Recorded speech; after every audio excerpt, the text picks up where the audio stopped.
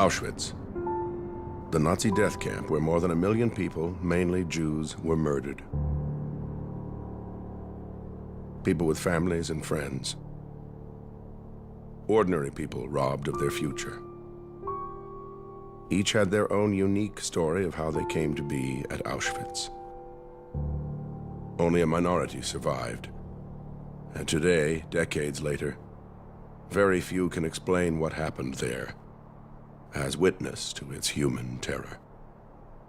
Kitty Hart-Marxen was 17 years old when she arrived at Auschwitz-Birkenau in April 1943. Now she travels back one last time to answer the questions of a new generation.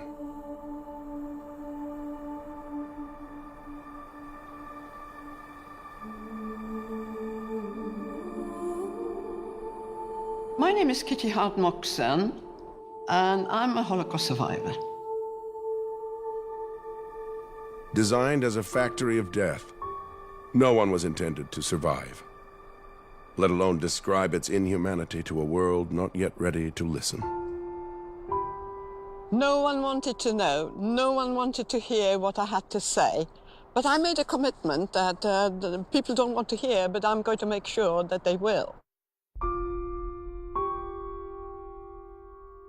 I've been here many times, but I really wanted to come with 2 girls who were my age when I was here. I want to show them the struggle for survival. What were your first impressions of the camp? There was just the most incredible mud. And then we saw like a glow in the distance.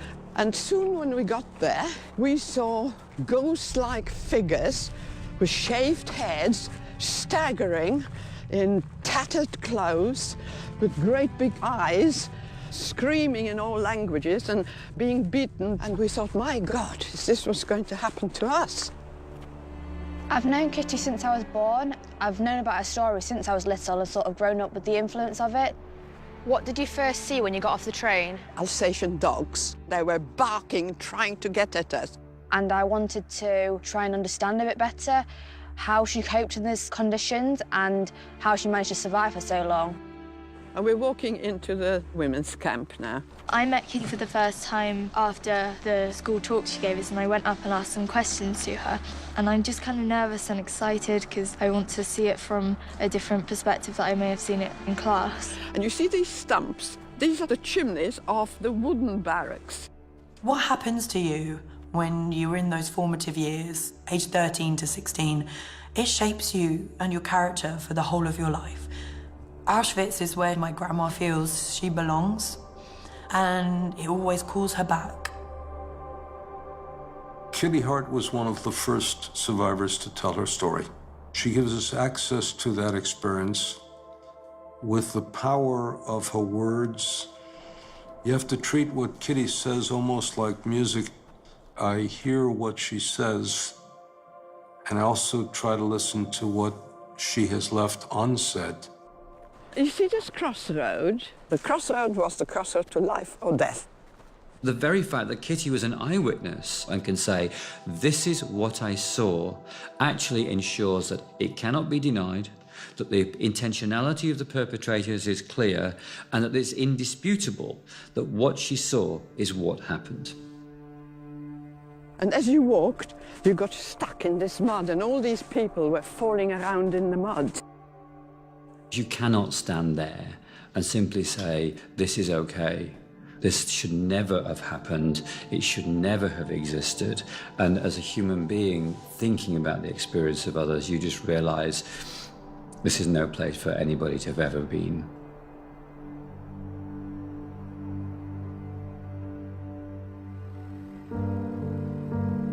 Just prior to invasion, my father decided we've got to get out. My brother fled with his friends to the Russian side. They were asked to join the army, the Polish army, within a Russian unit, and eventually was killed in the Battle of Stalingrad.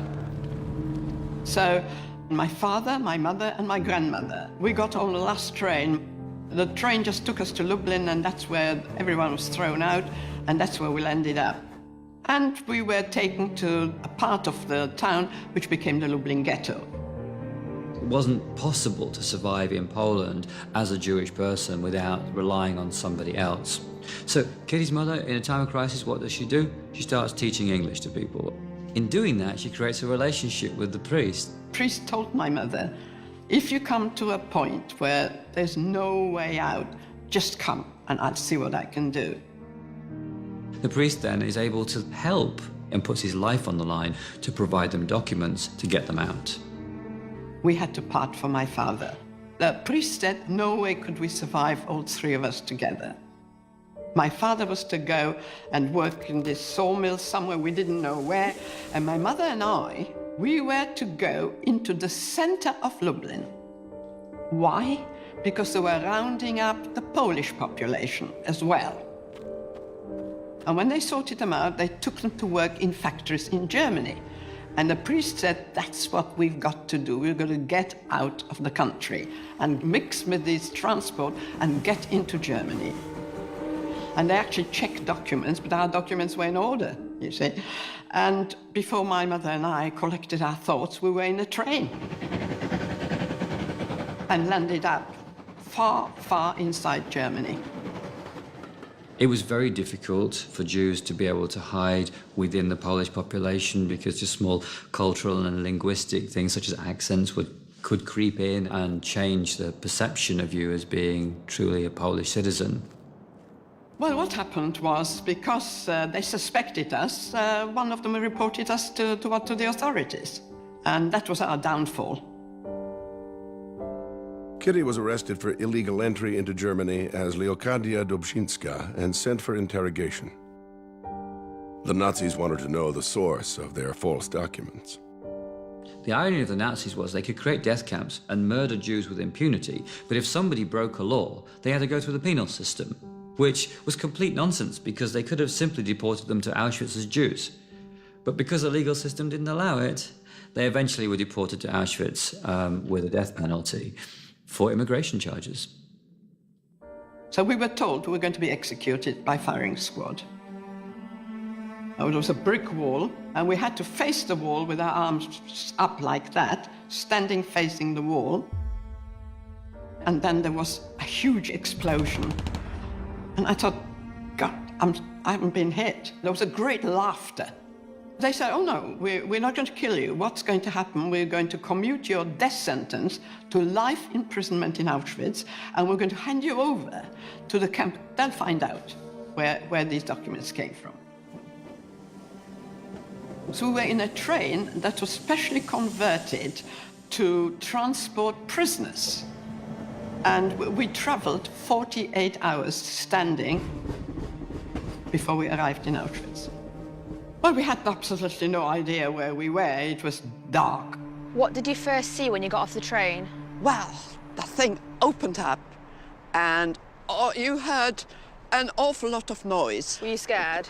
Well, we were scared of the dogs, Yeah. and then the great big women with whips, and they were whipping everyone and urging everyone to run, run, run, everything at a running pace. Suddenly, there was a weird kind of stench, and the closer we got, the worse the stench became. And my mother said, what a curious place there. Can you smell? Can you smell roasting meat? I said, yes, I can. She said, do you think they're roasting chickens here this time of the night? I said, I don't know. Kitty and her mother were sent to Birkenau, the largest of the 44 camps in the Auschwitz system, where they were processed and sent to quarantine. When did you first stay in a wooden barrack? Well, this was the quarantine, okay? So the first night we were pushed into here. Did you find somewhere to sleep? Well, we squeezed in somewhere here. I was incredibly cold that night because we were 48 hours without food, and I slept all night next to a woman. And she started speaking to me in German. It turned out she was a German gypsy. Right. During the early morning, while she was talking to me, she looked at my hand. She took my hand, she said, give me your hand. And she said, you know, you're going to come out. And the next thing that happened, whistles blew suddenly. It was still dark. And everybody was saying, rouse, rouse, out. And because this was quarantine, we didn't know. Yeah. And I shook this woman, you know? Yeah. And she didn't move. And I said to my mother, she's cold, she's dead. And I said, you know, you're cold, I'm cold. We need to strip her, and we need to have everything she's got. Yeah. Surviving Auschwitz was virtually impossible. And there was certainly no way you can say, if you did this, then this would happen. It was a matter of luck and chance and being in the right place at the right time. But there were some circumstances and some strategies that kind of worked. That came to me that night, that actually that's the way to do it. That if you do have the people that had died, you've got to take everything off them. Because it's not good to them, was it? You had to do what you needed to do to survive, and if that was taken from the dead, that's what it meant. Not in the history of mankind has there been industrial killing on this scale. If something happened once, there's absolutely no reason why it can't happen again.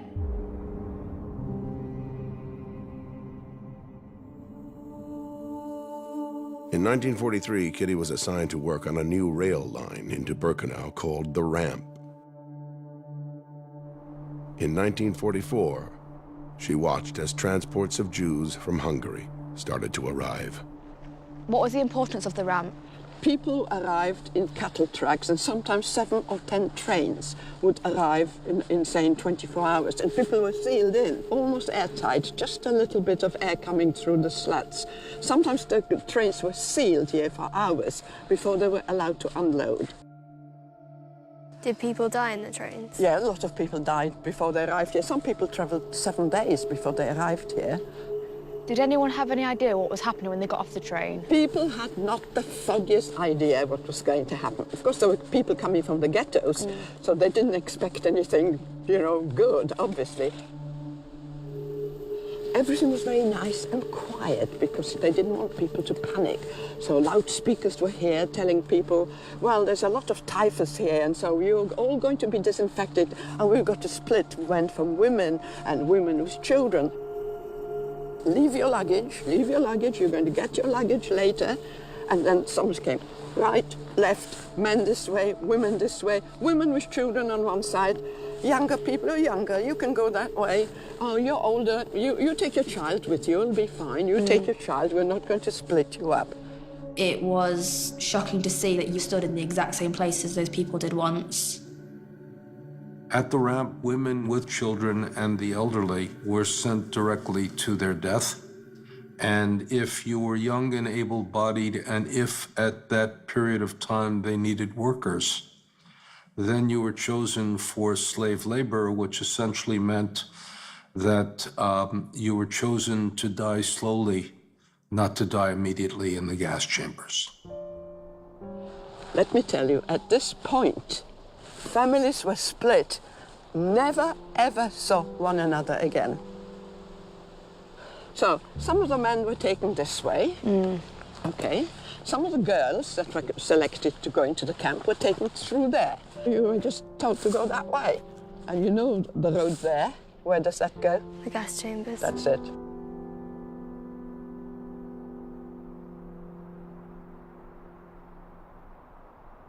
What happened when you arrived at camp? Well, we were taken to a building like this, which we didn't know what it was, but it was called the sauna. Not like you and I understand it, a processing place. And the first thing that happened to you, you were stripped, everything was taken from you, you were smeared with a green fluid, your hair was shaved everywhere. That was then packaged and shipped off for processing. Hair was used both to create cloth and to line submarines and as detonators. And then you were tattooed, and believe you me, that was when you felt you were no longer the same person.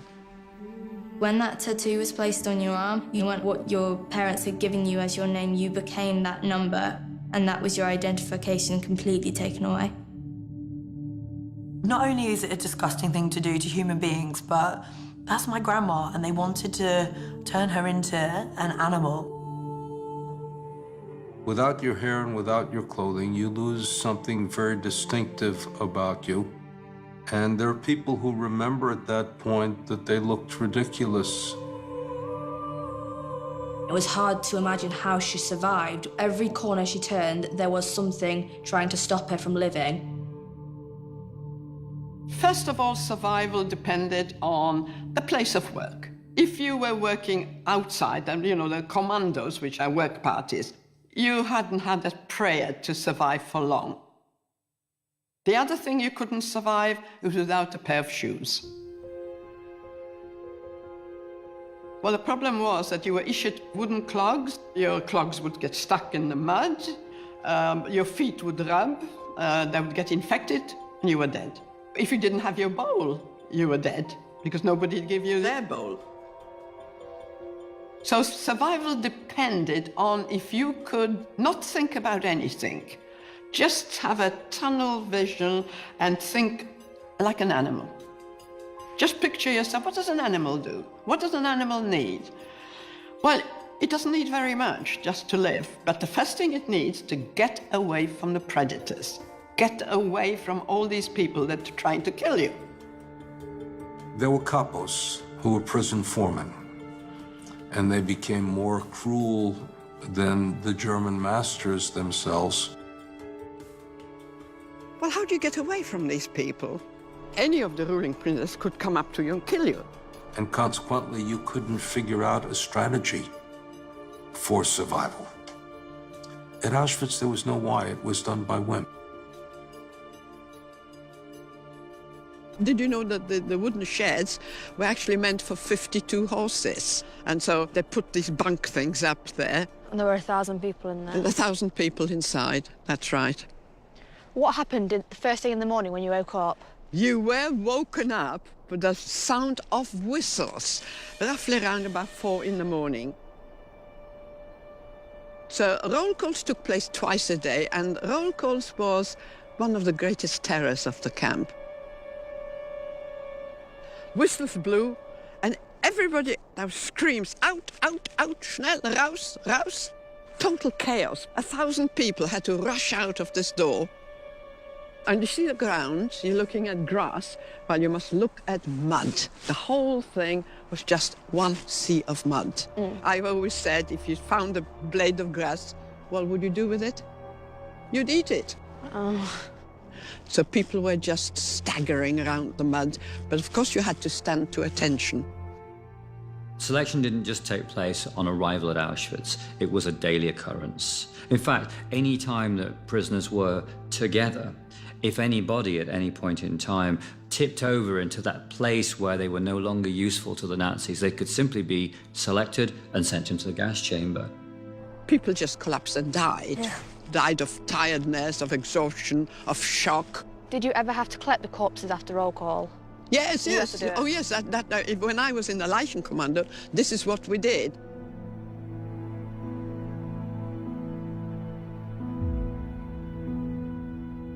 Well, I don't know if people realize, but when you are hungry, hunger is a total obsession. You're just thinking, hunger, hunger, I must have something to eat. I must. If I don't eat something, I'll die.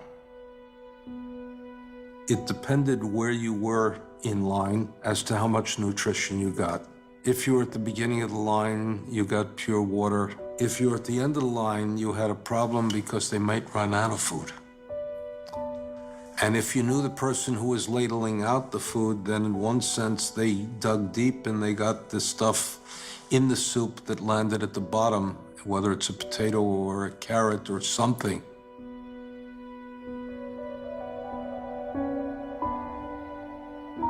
Hunger is the worst thing that anybody can experience, I think.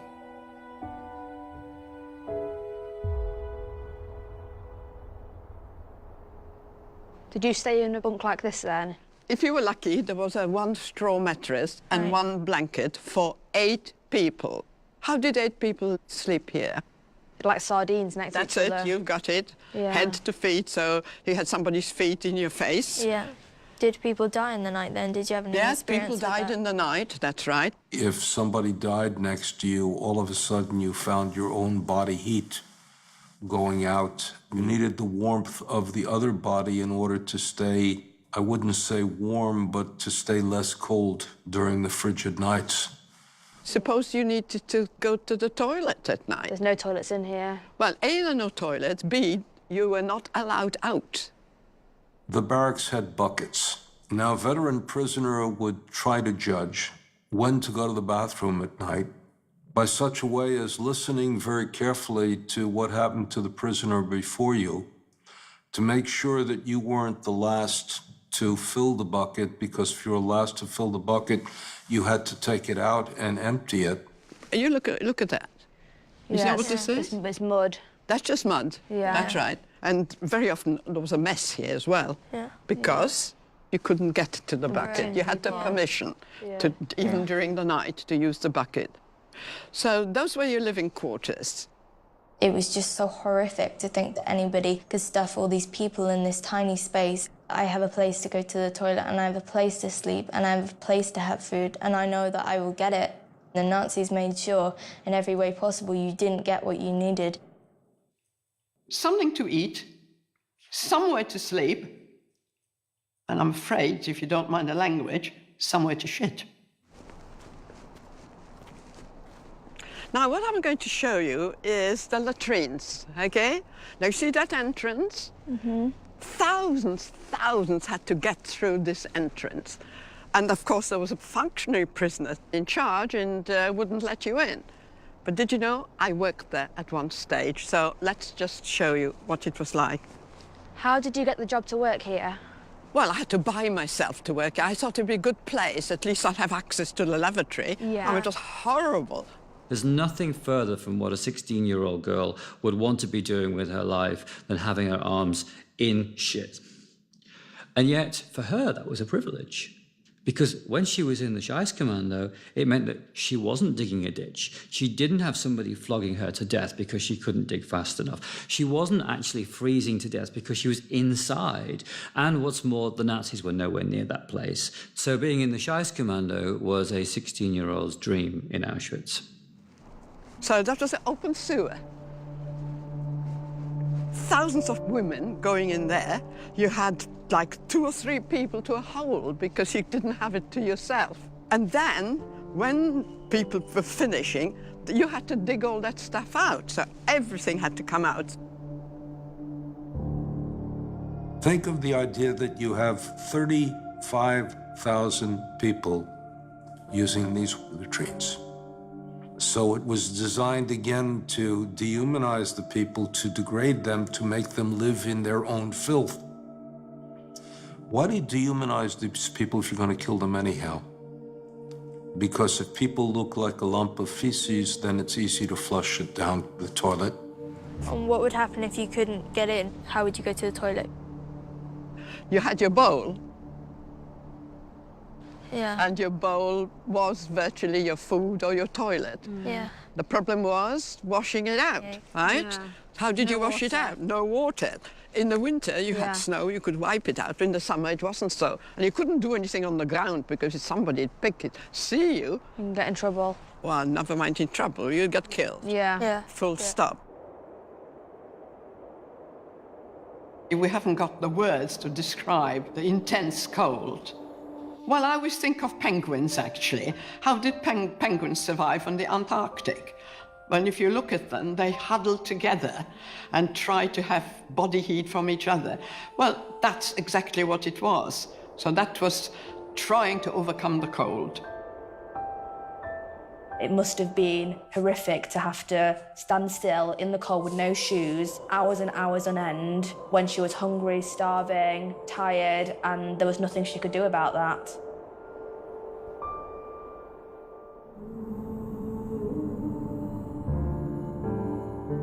During a selection, there was most feared, because there you knew, at random, you could be selected to die. So fear, that was the greatest fear, selections. What's this block here with the Well, bars? this is called Block 25. You see the number here, and you see the bars on the windows? Yeah. Well, that's the only block that had the bars. It's called the death block. Block 25 was the place where inmates, once they had been selected, were sent to await death. The Nazis, of course, because they were operating the camp as efficiently as possible, wouldn't simply select 2 or 3 inmates and then send them to the gas chamber because it wasn't worth turning the gas chamber on.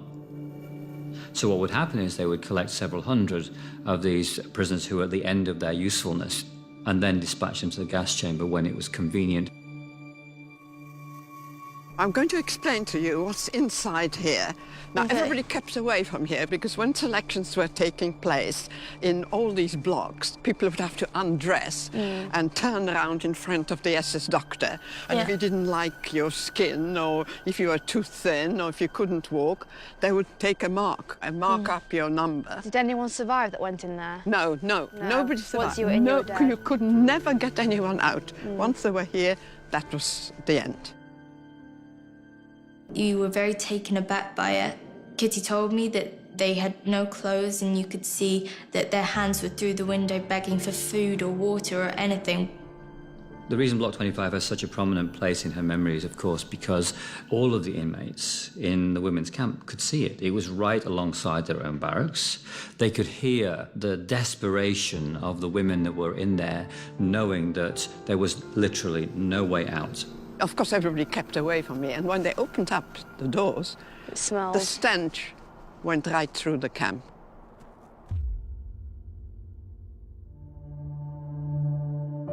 Well, language was a big problem because the camp had its own language, and it was actually a combined German and Polish sort of slang. For instance, the woman who was in charge of the block was called the Stubenälteste. So if you didn't know the German word, you wouldn't have known what it was. Her helpers were called Stubowa. Stube is a room in German, but it was kind of made into Polish. It was a slang that you had to understand, and that was a problem with the Greeks, the Italians, the Hungarians. They just couldn't understand. If you didn't, again, you couldn't survive.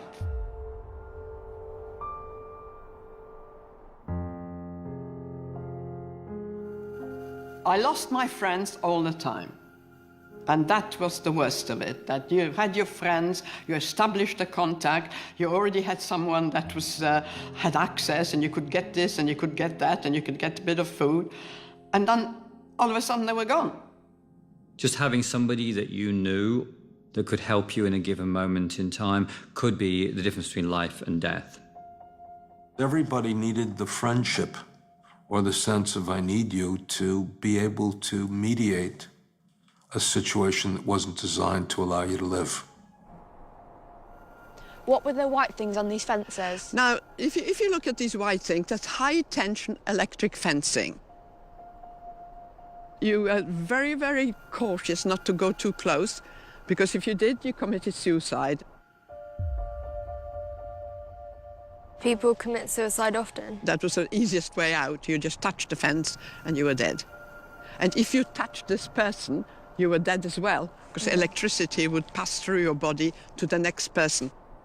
Or you were shot from the watchtowers if you came too close. So yes, people went on the fence, yes.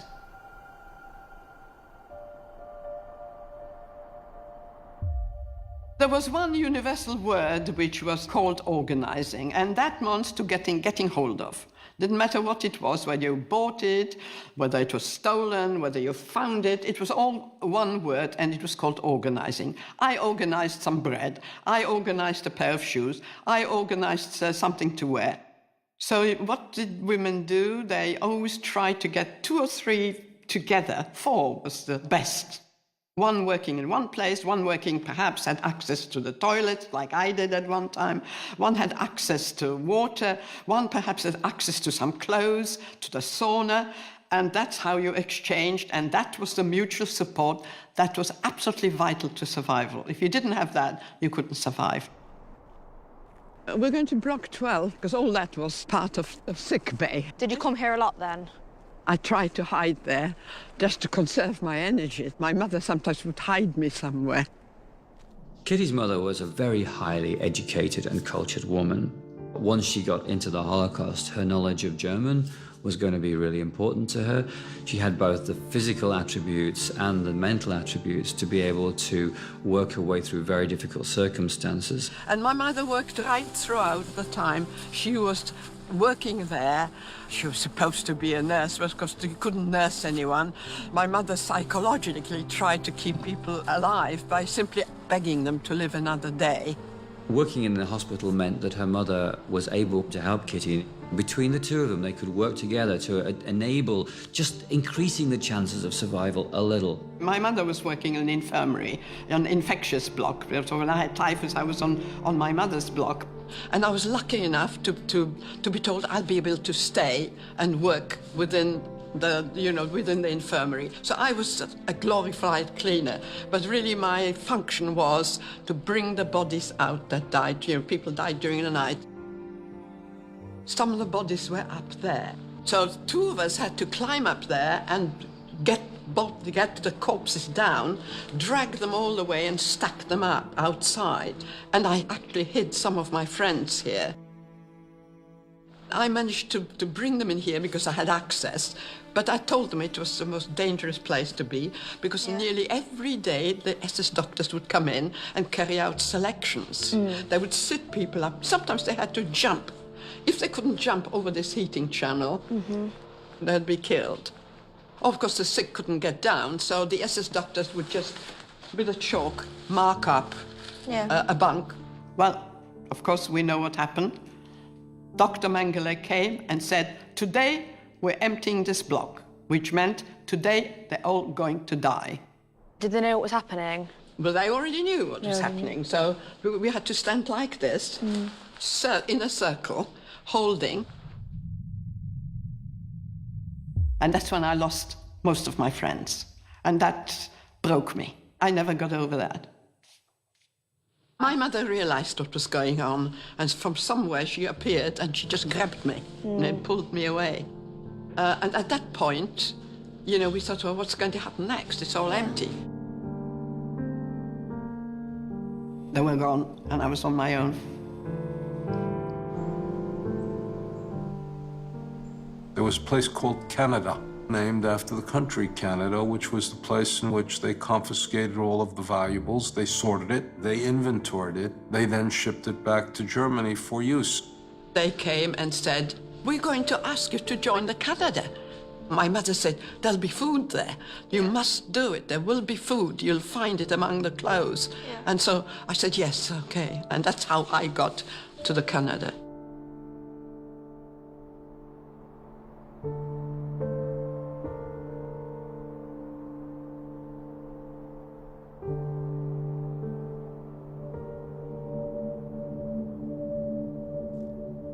I'm going to tell you why I've brought you here.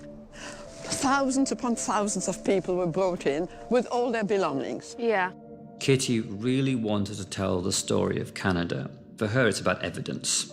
Each one of those suitcases belonged to a human being, and each one of those coats was worn by one of those human beings. What she's trying to get across to us, I think, is just the scale of the killing based on the scale of that site. There were 30 sheds here, all full of people's belongings, and we were here to do the sorting of the belongings. How long were you working here for? I was here 8 months. There were 2 pathways. Yeah. That pathway at the bottom had a huge heap, like 3-story high. Everybody's things jumbled up. All the suitcases were emptied there, documents, children's clothes, prams, everything was jumbled up down the bottom there. And then it was taken to individual sheds, and there it was sorted. My particular job was sorting nothing but men's jackets. So I had to find these men's jackets, and I couldn't always find them because I had a certain quota that I had to make. What happened if you didn't make the quota? Oh, you got punished if you didn't make the quota. And in a shed was a long table, like a trestle, and you put the jackets on the trestle, and you opened up all the seams. What do you think was in these jackets? Lots of jewellery and... Lots of jewellery, diamonds, jewellery, money of all different denominations. Did you always give everything in, or did you sometimes hide it and then... If you kept one single item of any value, that was the end, because it was constant inspection, so you couldn't keep it. And we found a lot of paper money, as you can imagine. Yeah. What do you think we did with this paper money? Because it wasn't any good to you. You couldn't buy anything. What did we do with it?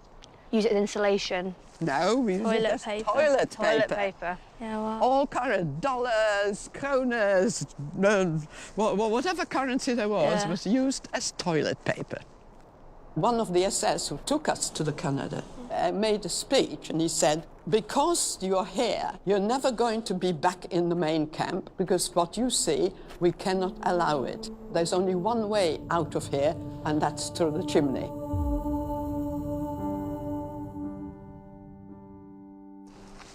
What is this place? Well, you see these ruins? That's all we can see. That was known as the White House.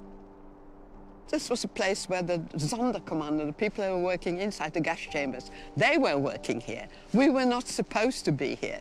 You see where the sauna is? That's how close we are to the sauna. We're not allowed to come here. However, on about 4 or 5 occasions, I managed to pass this place.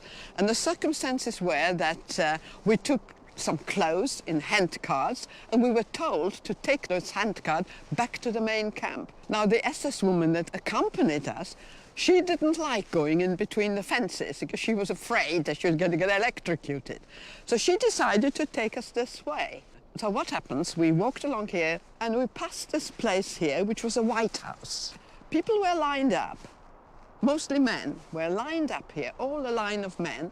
Each one was sort of going in as you were passing by, and you could hear a shot. And we were told by the men, by the Sonderkommando, being shot in the neck. Could you just hear it, or could you see it? You could hear the shot, yes, you could hear a shot. Now, the other thing is that she said, you mustn't look around, you walk and you keep your head down. But we did see, so what did we see? We saw some men throwing in bodies into pits, and smoke coming out and fire coming out of the pits, and those were some of the bodies that they couldn't burn in the ovens. They were bringing them in here and burning them in pits. So this is a pit there where you're seeing all this vegetation. And I actually found one pit some years ago and found human remains, and I think it was that pit over there. And I passed this about 4 or 5 times within the 8 months that I was working here. How did it make you feel when you passed? It was a horrific sight. And we didn't even want to look. But of course we did, you know, it was forbidden. But it was just horrific because you were just seeing bodies being burnt and the fire coming out of the pits and smoke all over the place. There were several, we passed several pits. There was one here, there was another one down there. But there were many, many pits here, but I recall that one particularly, very close to the sauna.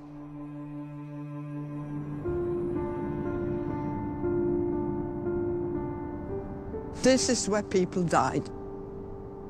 The killing part of Auschwitz. I know you can't see anything.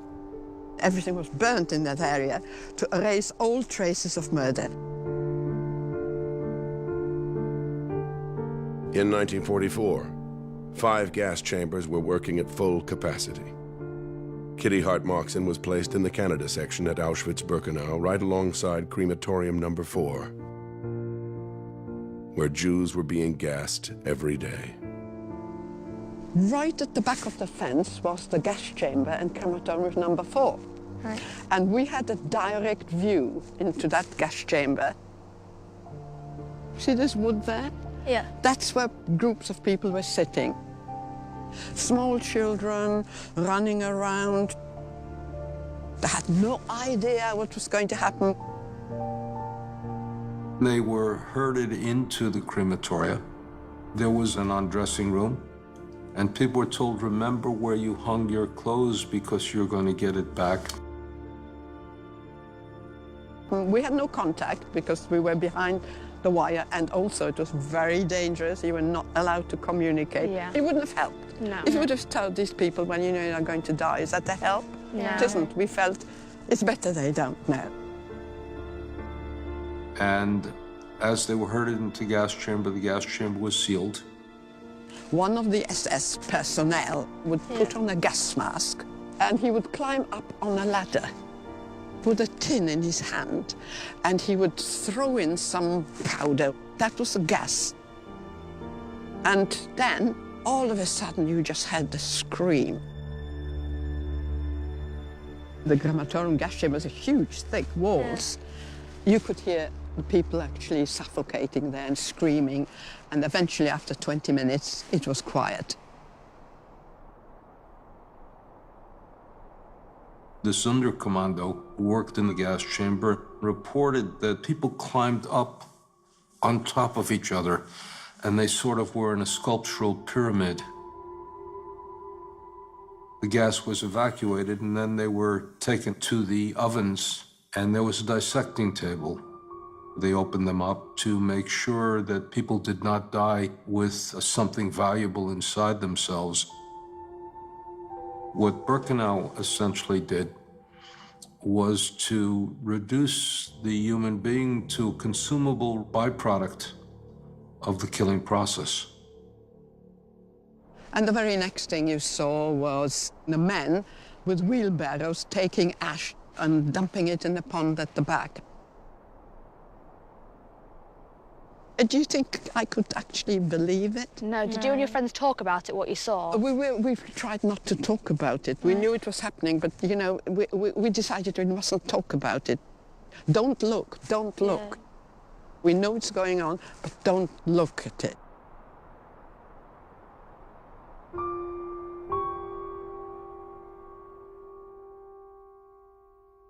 Little did the Nazis know that for months, Jewish prisoners that had been forced to operate the crematorium were planning an insurrection. On October 7, 1944, Kitty was witness to the uprising that day. There was just a loud noise. And when this noise happened, we thought that was it. My friends and I, we threw ourselves down just like that, cover our heads, lie flat on the ground. Armed resistance was not a decision whether to live, but most often a decision how to die. We do know that there were resistant movements. The Poles had the resistant movement, the Jews had the resistance movement, but we never knew who these people were because it was so incredibly dangerous. We didn't know it was uprising until we saw the men actually come over. They seemed to have cut part of the fencing, because that was electrified fence. Yeah. So they seemed to have cut the fence and run over, and they tried to escape somewhere. Yeah, I don't know where, but they were running all over. And we were just lying down, spread eagled, because that was the safest thing to do. There was a general shootout. They came in on motorcycles with machine guns, and I think they got most of the men. Kitty was also a witness to the fact that Jews did not go like lambs to the slaughter, that they were thinking about what they could do to overcome the Nazis, and with absolutely no chance whatsoever to get hold of the explosives, to be able to overcome the tight strictures on them. These Jewish people did that. Following the uprising was a huge inquiry, like a whole roll call with an inquiry. And during that inquiry, one of the SS women came and called my number, 39934. And I was transferred back to the main camp. And I had no idea why. I found out later it was my mother who managed to speak to one of the commandants and told him I'd been working 8 months there and that she was being evacuated, and asked him if I could be evacuated. And that's what happened. So why do you think that he let you go? We don't know. We don't know. I think my mother spoke this perfect German, and she didn't beg, she didn't crawl, she just got up there and spoke, asked to speak to him in a proper manner, and I think he took it on board and called my number. Well, I was transferred to the main camp. We were on this list to be evacuated, and my mother looked around and she thought, oh my goodness, we are all with these functionary prisoners. I wonder if they'll kill us. And we were put into a cattle truck. And my mother made a speech. Just remember, we are leaving here. We are all equal from now on. We will no longer have your functions. And remember, we may need one another's help. So, from now on, you're all going to be friends. And that's what happened. After leaving Auschwitz-Birkenau in November 1944, Kitty and her mother went through a further 6 camps and several death marches before finally being liberated in Salzwedel, Germany, April 14th, 1945. Liberation was at best bittersweet. It meant that for the first time they had to confront loss. Loss of parents, loss of spouses, loss of children, loss of entire communities, loss of entire worlds. And for years they had guarded themselves from feeling anything. And once they felt the feeling of vacuum, of emptiness, sometimes shattered them. You tried not to be emotional about anything. If you did, your emotions would just take over and you couldn't go on. That a civilized nation would take people on a train, bring them to gassing, annihilate them, confiscate and recycle the elements of their body, and do that systematically day in, day out. It's inconceivable. How could this happen? I felt very ashamed at the world and very just upset that this could ever take place. Some people see it as just a time in history, but they don't understand how it relates to us today. We are the ultimate proof of her survival. If she hadn't found the hope to keep on going, I wouldn't be sitting here. Now, what I want to show you is, what's this water? It's incredibly important to tell you about this water. Women, men, children, all, that's their final resting place. That's a cemetery.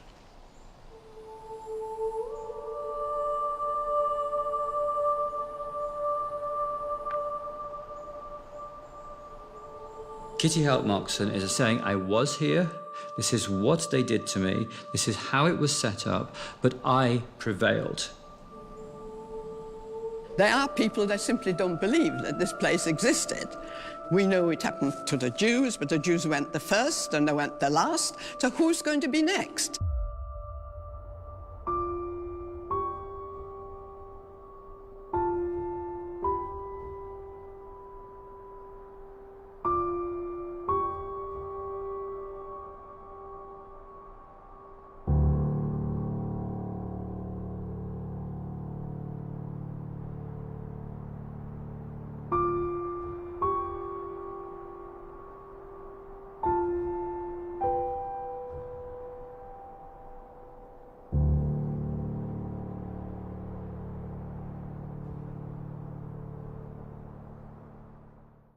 My brother fled with his friends to the Russian side. They were asked to join the army, the Polish army, within a Russian unit, and eventually was killed in the Battle of Stalingrad. So my father, my mother, and my grandmother, we got on the last train. The train just took us to Lublin, and that's where everyone was thrown out, and that's where we ended up. And we were taken to a part of the town which became the Lublin ghetto. It wasn't possible to survive in Poland as a Jewish person without relying on somebody else.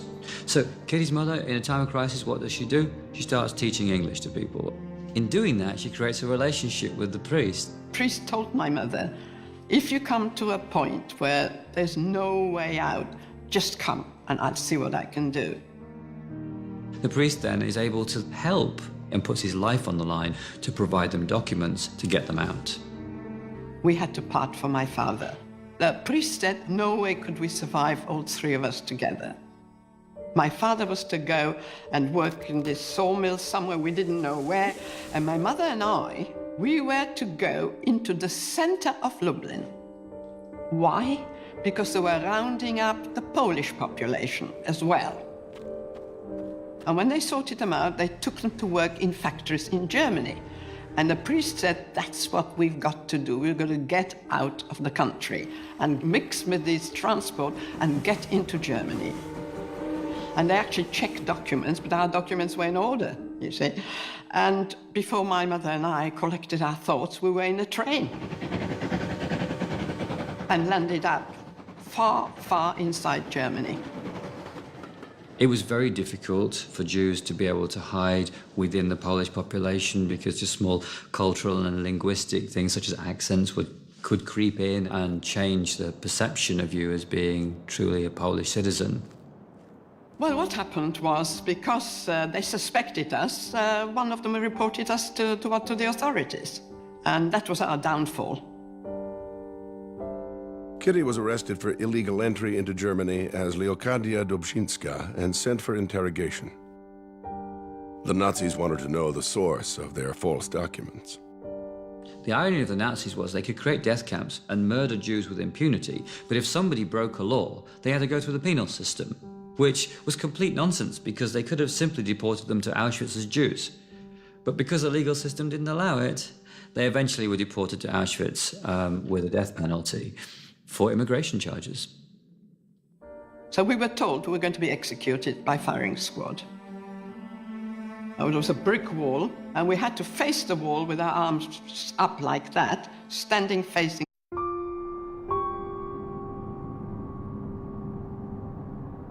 Auschwitz, the Nazi death camp where more than 1 million people, mainly Jews, were murdered. People with families and friends. Ordinary people robbed of their future. Each had their own unique story of how they came to be at Auschwitz. Only a minority survived. And today, decades later, very few can explain what happened there as witness to its human terror. Kitty Hart-Marxen was 17 years old when she arrived at Auschwitz-Birkenau in April 1943. Now she travels back one last time to answer the questions of a new generation.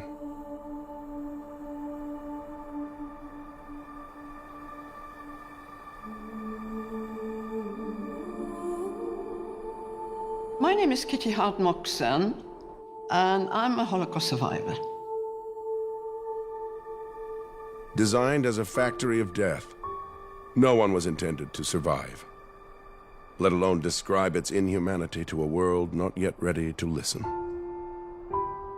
No one wanted to know, no one wanted to hear what I had to say. But I made a commitment that the people don't want to hear, but I'm going to make sure. Your character for the whole of your life. Auschwitz is where my grandma feels she belongs, and it always calls her back. Kitty Hart was one of the first survivors to tell her story. She gives us access to that experience with the power of her words. You have to treat what Kitty says almost like music. I hear what she says, and I also try to listen to what she has left unsaid. You see this crossroad? The crossroad was the crossroad to life or death. The very fact that Kitty was an eyewitness and can say, this is what I saw, actually ensures that it cannot be denied, that the intentionality of the perpetrators is clear, and that it's indisputable that what she saw is what happened. And as you walked, you got stuck in this mud, and all these people were falling around in the mud. You cannot stand there and simply say, this is okay. This should never have happened. It should never have existed. And as a human being, thinking about the experience of others, you just realize this is no place for anybody to have ever been.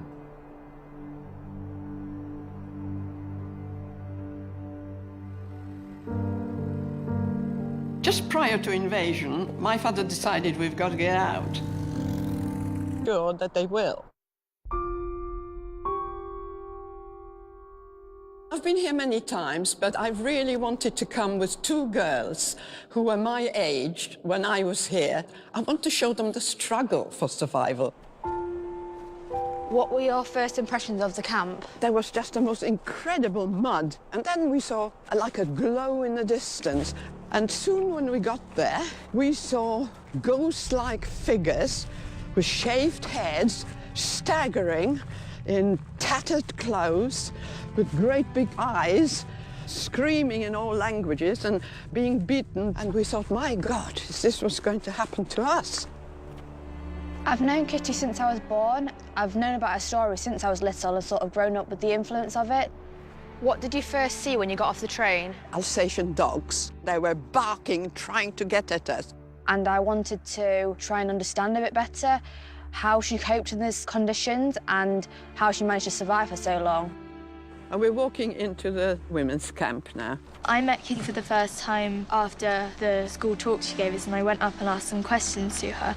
And I'm just kind of nervous and excited because I want to see it from a different perspective that I may have seen it in class. And you see these stumps? These are the chimneys of the wooden barracks. What happens to you when you're in those formative years, age 13 to 16? It shapes you. And